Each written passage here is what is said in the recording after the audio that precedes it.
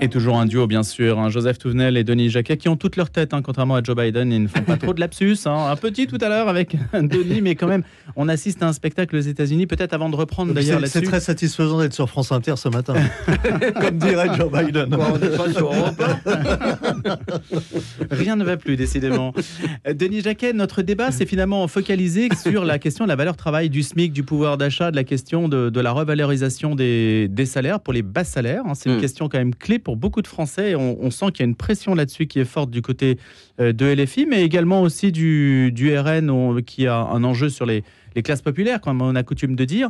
Vous ne partagiez pas le point de vue de Joseph tout à l'heure. Est-ce que vous voulez corriger ou rectifier ou dire votre point de vue? Puis Joseph va dialoguer avec vous. En fait, je ne vais pas asséner des réponses, je vais juste poser des questions. Parce que comme ça nous permettra d'aller aussi vers d'autres débats. Mais déjà, s'il y a une partie d'emplois non délocalisables, qui est 18%, je crois, disait... Non, il y a 18% de SMICAR en France. Sur ces 18%, voilà, c'est ça. 90% sont non délocalisables. Non délocalisables. Donc, sous-entendu, on peut augmenter leur SMIC. Moi, je pose juste quelques questions. La première question, c'est à partir du moment où vous aurez revalorisé les plus bas salaires, il y aura une pression énorme dans la rue, partout, pour que ceux qui sont juste à l'échelle du dessus disent « et pourquoi pas nous ?» Donc, je ne donne pas de réponse, mais je pose la question. Et ça viendra forcément en disant « mais ils ont été au-delà de l'inflation, ils sont revalorisés, moi je gagne 100 € de plus, pourquoi est-ce que je suis à l'écart de cette mesure ?» Et légitimement, ça sera difficile de leur dire « ah oui, mais tu as 100 € de plus, toi tu as le droit à rien. » Bon. La deuxième, c'est qu'en France, on a le pays dans lequel un entrepreneur de PME gagne le moins. En moyenne, je crois que c'est aux alentours de 1 882 € au dernier compteur. Ça veut dire que les propres dirigeants de ces salariés qu'on va augmenter, parce qu'une myriade de ces entreprises qui emploient ces gens sont des sociétés sur les territoires qui sont, comme toute la géographie des PME françaises, des boîtes de moins de 10 personnes, hein, puisque, vous le savez, il y a 70% en moins de 250 salariés, et sur ces 70%, 90% ont moins de 20 salariés. Donc, c'est des boîtes dans lesquelles le dirigeant a du mal à se payer 1 800 et on va lui annoncer qu'il faut qu'il paye ses salariés 1 600. 200 €, ça paraît pas cher pour une boîte du CAC 40 qui fait 20 milliards de profits. Je peux vous dire que quand vous êtes une petite boîte qui fait pas ses échéances de fin de mois, 10 salariés à 236, ça fait 2300, il y a des moments où vous les avez juste pas. C'est-à-dire, ou alors vous allez prendre sur votre salaire. Donc je crois qu'on oublie aussi cette réalité qui est que les smicards salariés sont aussi des smicards chefs d'entreprise et qu'on a parmi les chefs d'entreprise les plus pauvres d'Europe. Pourquoi ? Parce qu'on a les boîtes les plus petites d'Europe. Donc c'est en France où on a les plus petites boîtes. La troisième question, qui est un peu à la marge, mais qui arrive, parce que c'est souvent pas nous qu'on choisit, mais on est toujours dans les deux premiers, c'est moi, si je suis une super boîte américaine, chinoise, etc., et que je choisis mon lieu d'implantation avec un SMIC en France, si en tout cas j'emploie des gens qui sont au SMIC, avec un SMIC avec 1 600 d'un côté, parce que je fais des calculs de contrôleur de gestion, je risque de choisir un pays qui forcément offre un meilleur. Donc moi je pose juste cette question. Pression sur les autres catégories, ou ne pas oublier la réalité des PME et des territoires, parce que si beaucoup, et puis surtout les métiers que citait Joseph tout à l'heure, qui sont tout à fait réels, c'est quand même des métiers à très fort volume, mais à toute petite marge. Donc tout ce que vous prenez sur la marge, c'est une marge en moins, c'est du bénéfice en moins. C'est pour ça que quand on a dit on va baisser l'impôt sur les sociétés, sur les PME, mais personnellement, je sais pas Joseph, mais on n'en a rien à faire, parce que la plupart du temps, on n'en paye pas d'impôt sur les sociétés, parce qu'on n'est pas en bénéfice, ou on est sous les seuils. Donc de toute façon... Et voilà. Et après, sur un choix international, malheureusement, il y a quelque part des contrôleurs de gestion partout dans le monde qui disent où est-ce qu'on va aller s'implanter, où est-ce que le salaire est le mieux éduqué, le mieux formé, le truc. Donc, il y a tout un tas de facteurs, dont le salaire. Si vous êtes le seul village gaulois à 1600, malheureusement, c'est pas chez nous que ça va se passer. Donc, voilà, je dis... Après, il faut tenter des choses, pourquoi pas. Moi, je suis beaucoup plus favorable à l'idée d'avoir un net beaucoup plus important pour les gens et de les... départir d'une partie du droit du travail français. Enfin, moi, je dis toujours cette chose qui paraît stupide vu des États-Unis, c'est si je suis un serveur, par les conventions collectives et le droit du travail, le dos cassé, brisé, les articulations en miettes, au moment de la retraite, je serai toujours à 2000 et quelques euros. Aux États-Unis, je peux toujours trouver quelque chose où j'ai pas de fixe garantie. J'ai pas de convention collective, mais seulement à Miami, à New York, à San Francisco, etc. Il n'y a pas un serveur qui est en dessous de 5, 6 ou 7 000 $ par mois. Et je peux vous dire que quand vous discutez avec eux, pour les Français, parce qu'ils sont très nombreux dans cette profession aux États-Unis, pourquoi ils ont fui la France ? Pour pourtant avec ce miracle de la convention collective du salaire garanti, parce qu'ils gagnent 5 fois plus, même avec des montants plus élevés, parce que Miami, New York, ça coûte très cher en termes de logement, etc. Ils disent, mais monsieur Jacquet, je rentrerai jamais en France, je gagnerai jamais ça, j'ai 2 voitures, j'ai 2 garages, j'ai le rêve américain, et je suis juste un serveur. Voilà. Donc à un moment donné, il faut réfléchir aussi à déshabiller le droit du travail, qui sont aussi pour moi des trappes à pauvreté. On a présenté ça comme une garantie, et au bout d'un moment, ça maintient les gens là où ils sont, c'est-à-dire au plus bas niveau de l'échelle. Joseph Touvenel. Alors, il y a quelque chose de tout à fait juste, c'est l'effet de seuil. Et effectivement, si j'augmente les salaires minimums, il va y avoir une pression pour augmenter d'autres salaires. C'est pas une obligation. Il me semble qu'un patron, c'est un patron. Si ce patron est cohérent et peut expliquer à ses salariés et que c'est vrai que l'entreprise ne peut pas, les salariés ne sont pas stupides et le comprennent. L'enjeu, c'est de revaloriser la valeur travail par rapport à ceux qui ne travaillent pas. La deuxième chose, sur les métiers, par exemple, l'exemple, les Chinois, etc. Oui, d'accord, mais si les Chinois viennent reprendre une entreprise de nettoyage en France, de toute façon, les salariés seront français. Il n'y aura pas la concurrence. On est vraiment dans des choses non délocalisables. Et en plus, les Chinois ne rachètent pas ce genre de boîte. C'est pour ça que l'exemple était mauvais. Ils ne rachètent pas ce genre de boîte. Ils vont monter une usine de voitures électriques. Donc ça ne les concerne. Oui, mais ça ne les concerne pas. Il y aura des smicards sur une chaîne, forcément. Quasiment pas. Sur l'industrie, de mémoire, mais je dois être bon. C'est 3,5% des salariés qui sont au salaire minimum. Et quand on dit ça, c'est les sociétés industrielles. Ça veut dire que c'est celui qui est embauché pour faire le ménage dans la société industrielle qui est au salaire minimum, mais pas celui qui est sur la chaîne, ou etc. Parce que maintenant, ce sont plutôt des techniciens et des gens formés. Ces difficultés, d'ailleurs, dans ces emplois, c'est des difficultés de recrutement.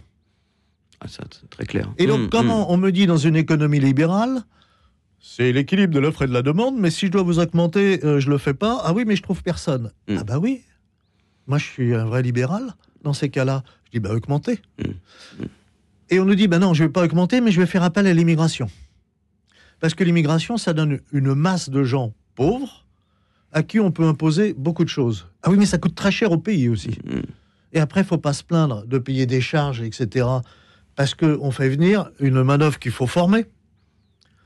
Qui n'est pas toujours... C'est l'entreprise qui gagne, mais pas les finances publiques. Et l'entreprise, elle gagne, donc à court terme. Et l'exemple que donnait tout à l'heure Denis est excellent. Sur les grandes surfaces qui ont aussi leur utilité.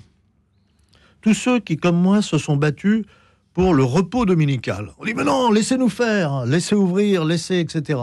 Moi, je dis oui, je suis pour la liberté, je suis un libéral pour la liberté d'entreprendre, pour que les entreprises aient une place de liberté, mais tout ça doit être encadré. Il n'y a pas si longtemps, les grandes surfaces ne pouvaient pas ouvrir le dimanche. Ce qui permettait à une économie de fonctionner avec les commerces de proximité, les marchés traditionnels. Le fait de les ouvrir, c'est-à-dire la liberté d'entreprendre, vous voulez ouvrir, vous n'ouvrez pas. Celui qui en parle le mieux, c'est Michel-Édouard Leclerc. Qu'est-ce qu'il dit ? Il dit, moi, je n'ai aucun intérêt à ouvrir mes grandes surfaces le dimanche parce que je ne vends pas plus en volume, mais j'ai une journée de charge supplémentaire. Ça, normalement, même un énarque aurait dû le comprendre. Et il ajoute, mais j'ouvre. Pourquoi ? Parce que si mon concurrent ouvre, il me prend des parts de marché. Donc, il faut une société où il y a une liberté, mais avec un encadrement. Et cet encadrement permet de sauver des milliers d'emplois. Et d'ailleurs, Michel-Édouard Leclerc explique aussi en disant, voilà, mais puisqu'on ouvre, parce que mon concurrent ouvre, j'ai toujours une journée de charge supplémentaire, comment je fais ? Eh bien, il y a 2 solutions. Je tue la concurrence, et la concurrence la plus facile à tuer, c'est le commerce de proximité. Il ne faut pas se plaindre après de voir nos bourgs, nos villages, nos centres-villes se vider, avec des milliers et des milliers d'emplois perdus, parce qu'au rayon chaussures de ma grande surface, il y a 0 salarié. Mon chausseur de centre-ville, il y a 2 ou 3 personnes qui travaillent, et pour moi, le patron, le commerçant, c'est un travailleur, comme son salarié, ce sont des emplois. Et puis la deuxième solution, si je ne peux pas tuer, ou je tue insuffisamment la concurrence, c'est que j'augmente les prix, c'est-à-dire que c'est nous tous qui payons les consommateurs. C'est pourquoi il faut raisonner globalement, en laissant la liberté, mais en encadrant cette liberté, et le code du travail. Moi, je me rappelle un article de Denis Jacquet il y a quelques années qui disait qu'il faut supprimer le code du travail. Et je me suis dit, mais pourquoi cet homme intelligent s'en prend comme ça au code du travail, alors que, il a bossé avant de venir. Hein. L'expérience a été faite, on a supprimé le code du travail, c'est-à-dire qu'on a supprimé toutes les réglementations du travail, c'est 1791, la loi Le Chapelier, un énorme malheur pour l'ensemble de la société. Et puis cette obsession sur le code du travail, qui est trop gros. Oui, mais Joseph, il y a quand même une pertinence à ce que dit. Mais attends, Denis, laisse-moi terminer sur là-dessus. la trappe à pauvreté. Mais parce que le code des impôts, le code de la propriété, le code du commerce, tous ces codes, ils sont pas en inflation, ils sont pas énormes, et pourtant on focalise sur le seul code qui défend l'humain. Simplifions déjà le code du commerce, le code des impôts, le code de la propriété, le code de la construction. Pourquoi cette obsession sur le code du travail? Et j'en suis d'accord. Moi, je peux faire des propositions qui le simplifient tout de suite. Tiens, je vais en faire une. Fermeture des grandes surfaces le dimanche. On enlève un paquet de pages pour les dérives, les déréglementations, les machins, pour le... Alors, on revient à ce qui était avant. Mais qu'est-ce que vous dites sur le serveur qui gagne 5 fois plus aux États-Unis? C'est la liberté, si les serveurs veulent aller aux États-Unis. Je note... Oui, mais ça veut dire qu'il pourrait faire la même chose chez nous si les conditions étaient favorables chez nous. C'est ce que le même Denis Jacquet vous a dit tout à l'heure qu'aux États-Unis, il y avait un gros problème. Tous ces gens-là étaient surendettés. J'aimerais savoir comment des gens très riches qui ont 2 bagnoles, une grosse maison, parce qu'ils sont serveurs, sont en même temps surendettés. Ça veut dire qu'ils ne sont pas aussi riches que ça? Non, c'est parce que Denis culturellement, ils ont une façon de vivre qui est extrêmement différente. C'est pas parce qu'ils ne gagnent pas assez d'argent, c'est parce qu'ils veulent toujours en dépenser plus qu'ils n'en ont, ce qui est fondamentalement différent. Donc, c'est-à-dire qu'on leur donne 5 000, ils pourraient dire, je peux même faire des économies, je peux même... Ils savent pas ça, ils savent pas faire ça. Donc du coup, s'ils ont plus, ils dépensent encore plus. Et pour dépenser encore plus, ils s'endettent. Donc c'est pas lié au salaire. Mais moi, je suis pas contre le fait. On a toujours l'impression quand on s'oppose à des augmentations de salaire comme ça, qu'on a un méchant patron tortionnaire qui veut pas augmenter ses salariés parce qu'il y a des super profits, etc. Mais à nouveau, faut le ramener à la réalité des petites boîtes qui font ces trucs-là. Et aujourd'hui, je sais pas, vous prenez O2, vous prenez toutes ces boîtes de services à la personne. On sait très bien que pour le marché des particuliers, si vous le passez à 1600, cette personne, le particulier dit donc, on va quand même augmenter les prix. Ça passe pas. On sait que ce métier ne tient que grâce aux avantages fiscaux. C'est défiscalisable. Oui, mais justement, à chaque fois qu'il y a eu une espèce de curseur, je me rappelle Guillaume, chaque fois à droite comme à gauche, où il disait on va quand même raboter là-dessus, il dit mais putain, mon modèle économique base là-dessus. Donc un modèle économique basé sur des réductions fiscales, il y a quand même quelque chose qui, pour moi, ne marche pas. Ça veut dire qu'on invente des emplois ou des besoins qui n'existent pas, avec des consommateurs qui ne sont pas prêts à les payer. Et de l'autre côté, quand vous avez des services professionnels, quand vous êtes face à des acheteurs de la grande distribution ou des services d'achat d'une boîte, vous leur dites, écoutez, on vient de passer le SMIC à 1600, il faut que j'augmente mes prestations. La réponse est non. Donc, quelque part, de toute façon, quelqu'un y perdra. Donc, moi, ce que je dis, c'est que, est-ce qu'il n'y a pas d'autres moyens pour que les gens les plus pauvres et un aide plus important dans leur poche qui passe pas forcément par une augmentation du salaire. Ce qui veut dire qu'à la fin, on pose la question de savoir qui doit payer. Est-ce que c'est le consommateur? Est-ce que c'est nous, c'est-à-dire le gouvernement? Est-ce que c'est la fiscalité? Est-ce que c'est les déficits des organismes sociaux? On doit faire un choix sur est-ce que c'est une péréquation entre les quatre? Mais pourquoi est-ce que ça serait forcément par une augmentation de salaire? C'est ça ma question. C'est pas que j'ai pas envie qu'ils gagnent plus. C'est est-ce que c'est ça véritablement la solution? Parce que dès qu'on augmente un prix, il y a quelqu'un en bout de chaîne qui paye. Donc on doit se poser la question en période d'inflation, même si elle est un petit peu plus maîtrisée, de se dire est-ce que c'est bien raisonnable? Parce que vous le disiez justement, Joseph, tout à l'heure, les patrons font ce qu'ils veulent, etc. Les salariés peuvent le comprendre, mais il y a des syndicats qui le comprennent moins. Et ils vont descendre dans la rue en disant, voilà, maintenant on a fait la première couche, si on veut se remplumer, on va faire la deuxième. Maintenant, à l'attaque des salaires de la couche du dessus, on va augmenter.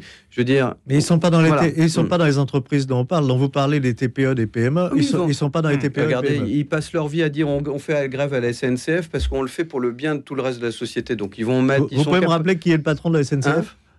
Pourquoi ça a un rapport avec ça?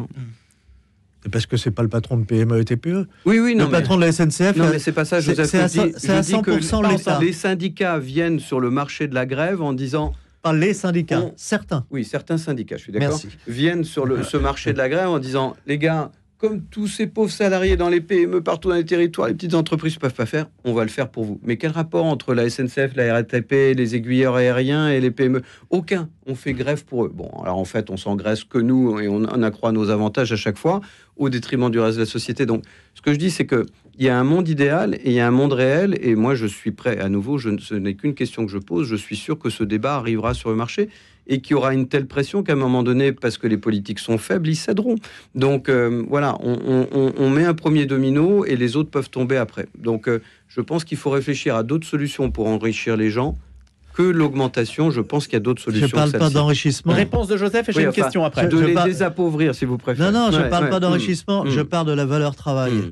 chacun, de par son labeur, doit pouvoir vivre dignement. Lui, sa famille est épargnée. Saint Thomas d'Aquin, XIIIe siècle. Oui, mais Joseph, je vous répondrai qu'avec 1600 euros, même à Paris, avec 1600 euros, vous ne vous en sortez pas. Ben oui, justement. C'est-à-dire que l'effort doit être considérable. Et dans le même temps, comme il avait une tête bien faite, Saint Thomas d'Aquin, il raisonnait sur le juste prix. C'est-à-dire que l'exemple qui est de dire, si j'augmente, il y a quelqu'un qui paye. Oui, bien sûr. Est-ce que je paye la valeur travail à son juste prix? C'est toute la question. Eh bien, moi, j'estime qu'on doit payer un travailleur qui travaille, et souvent durement. Quand je prends, comme ce matin, le RER tôt, il y a des gens qui se lèvent tôt pour aller travailler dans des métiers difficiles. Ils méritent de vivre dignement. Ça veut dire qu'on doit faire l'effort de les payer raisonnablement. C'est tout. Et de dire, oui, mais qu'est-ce que ça veut dire raisonnablement? C'est ça. Déjà, si on fait 1600 euros au lieu de 1397, pour eux, ça assure des fins du mois qui, souvent, aujourd'hui, ne sont pas assurées. Alors, il y a différentes solutions. D'abord, la première chose, c'est de dire, par exemple, le nettoyage, l'exemple que vous preniez, si j'augmente, eh bien, ça va être un coût, etc. Oui, mais si tout le monde augmente, l'entreprise, elle doit toujours, enfin, la grande surface qui fait venir des agents de nettoyage d'une entreprise, de toute façon, elle doit les avoir. Donc, si sur le même secteur, comme c'est pas délocalisable, ils doivent payer au minimum ça, eh bien, ils seront obligés de payer ça. Et ça veut dire que la grande entreprise qui fait travailler ces petites entreprises ou ces groupes, pour l'exemple du nettoyage, eh bien oui, à un moment donné, elle devra payer plus cher. Il y a des choses qu'elle paye de façon... Quand ils font des spots à la télé, ils les payent très très cher, pour souvent financer des guignols. Eh ben, je préfère qu'ils fassent un effort un peu moins sur les pubs à la télé et un peu plus pour les travailleurs qui sont les travailleurs les moins riches. À nouveau, on ne parle pas des mêmes boîtes. Mais sinon, je reprenais votre exemple. De 10 salariés, je peux vous dire qu'elle ne passe pas sur TF1. Non, je reprenais votre exemple. Votre exemple, c'était de dire ces grandes sociétés qui emploient des sociétés de nettoyage, justement, si les sociétés de nettoyage ont tous, au départ, le même coût, après ça peut varier, mais... ils devront payer, c'est tout, parce que c'est pas délocalisable. Joseph, je dis pas le contraire. Ce que je dis simplement, et c'est de la justice sociale. C'est la justice sociale. Qu'est-ce que veulent ces personnes dans la peau desquelles on n'est pas, ni vous ni moi. Donc la différence, c'est que moi j'ai été agent de nettoyage pendant 2 ans. D'accord. Je sais ce que c'est. Moi aussi, j'ai fait des stages ouvriers. Non, c'est pas un stage. Mais pendant 2 ans, j'ai été ouvrier j'ai travaillé. 50 ans, pour moi, on peut jamais se comparer avec quelqu'un qui aura vécu ça de l'âge de 17 ans jusqu'à l'âge de 60 ans. Si on essaye de se mettre dans la peau, ce qui est impossible pour nous, c'est ça que je disais. C'est qu'à un moment donné, ce qui m'intéresse, c'est combien j'ai net à la fin du mois. C'est pas de savoir si mon salaire est augmenté, c'est combien, est-ce que j'ai plus dans ma poche. Et ma question à nouveau, c'est est-ce que la solution, c'est l'augmentation du salaire, avec toutes les répercussions que ça peut avoir, ou c'est simplement que mon net soit plus important. Moi, du moment que j'ai 1600 dans ma poche, 200 ou 300 euros par mois, ça me va très bien, je m'en fous de savoir quelle est la modalité. Ce qui m'intéresse, c'est combien j'ai à la fin du mois. Et du coup, moi, ma question à moi, c'est est-ce que le débat doit être sur l'augmentation du salaire ou sur la réduction des charges, parce que c'est pas les mêmes qui payent et c'est pas les mêmes péréquations. Il est global. Alors, on est d'accord, on est entièrement d'accord là-dessus. C'est ce que je disais. Sur l'augmentation du salaire, pour moi, est juste une mesure poudre de perlimpinpin. L'augmentation du salaire n'est qu'un aspect du problème qui n'est pas le seul dans l'équation. Qui empêche les gens de réfléchir à un ensemble de mesures, dont celle que vous citez très justement, qui sont ces incitations aussi à travailler, etc. Et le salaire ne doit pas être l'alpha et l'oméga de toute réflexion. Messieurs, il va falloir se quitter. On a 1 minute. Je vous laisse simplement. Finalement, on a beaucoup parlé. Merci, c'est très bien. On a beaucoup parlé de la valeur travail et de cette question clé des bas salaires et du juste prix. Et du juste prix, c'est tout à fait essentiel. J'aimerais simplement savoir, là, on va se quitter pour les vacances, on va se retrouver à la rentrée. Qu'est-ce que vous espérez en une minute, si on peut dire, si on peut récapituler un petit peu, pour la France dans les mois qui viennent? Est-ce qu'il y a une personne, un Premier ministre, une figure, une raison d'espérer, Denis Jacquet? Moi, j'espère juste 2 choses qui n'arriveront vraisemblablement pas pour la deuxième. La première, c'est que Macron, pour une fois, fasse un truc intelligent en 7 ans et qu'en gros, il ne cède pas à la pression, qu'il nomme une personnalité extérieure, je ne sais pas, un Borloo, j'en sais rien, qui trouve quelqu'un de son chapeau. Il y en a certainement qui sont suffisamment acceptables pour tous pour être une personnalité qui l'emporte et qu'ils disent, messieurs, dames, faites votre comptabilité, il y a 577 députés, ils sont principalement non pas à gauche, mais à droite, et grosso modo, je vais vous faire un gouvernement qui va fonctionner sans la LFI. Et de l'autre côté, au lieu de Bruno Le Maire, qui est quand même juste une catastrophe pour l'économie parce qu'il est nul, de dire, au lieu de faire 25 milliards d'économies, fais 25 milliards d'investissements. Voilà. Et ben voilà une bonne résolution. Joseph, en 5 secondes. Que nos politiques arrêtent de mentir et reviennent au réel. Ça sera un gros pas en avant. Et pour le reste, ayant modestement la foi, j'ai toujours l'espérance et j'espère la charité. Merci beaucoup, messieurs. Et je vous souhaite un excellent été et de belles vacances si vous avez la chance d'en prendre. Et on aura l'occasion de se retrouver à la rentrée. Denis Jacquet et Joseph Touvenel. Merci à tous.